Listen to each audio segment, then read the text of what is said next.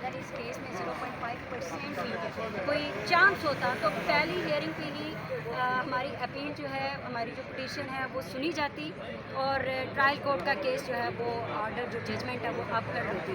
چونکہ اس میں کچھ تھا نہیں. آپ نے دیکھا کہ جس طرح انہوں نے پروسیجر کو روندا ہے.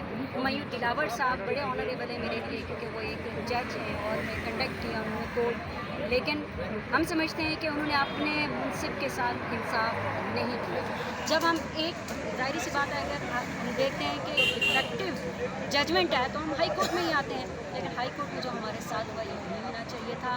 ہم چاہتے ہیں کہ اس ملک کی تاریخ بدلی جائے.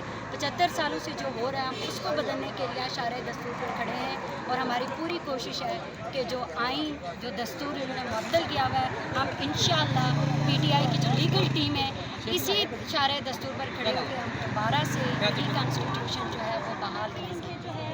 کیا کہتی ہیں کہ عمران خان جو یہ چیئرمین ہیں وہ زمان پارک واپس جائیں گے اور عوام کے ساتھ خطاب کر پائیں گے؟ انشاءاللہ زمان پارک میں اس ججمنٹ کے بعد جانا چاہیے، لیکن چونکہ جو آپ دیکھ رہے ہیں پچھلے 3 اور 4 منتھ سے جو massive crackdown P T I کے اوپر ہو رہا ہے، ہمیں خدشہ ہے کہ کچھ ایسی ایف آئی آرز بھی ہوں گی جن کا ابھی ہمیں علم نہیں ہے. سائفر کا جو آپ کو بھی پتہ ہوگا کہ سائفر کے اوپر جو ایف آئی آر چل رہی ہے اس کی بھی پٹیشن ہم نے پری اریسٹ بیل کے لگا دی ہوئی ہے. اس کے باوجود چونکہ آپ کو پتہ ہی ہے تمام تر اسٹیٹ تمام نظام جو ہے وہ پی ٹی آئی کے اگینسٹ ہے، میسو کریک ڈاؤن ہے، تو ان کی پوری کوشش ہوگی کہ خان صاحب نہ جا سکیں. جلد یا دیر قیدی نمبر 804 ہی اسی ملک کو سنبھالے گا، یہ آپ بھی دیکھ لیجیے گا. Thank you so much.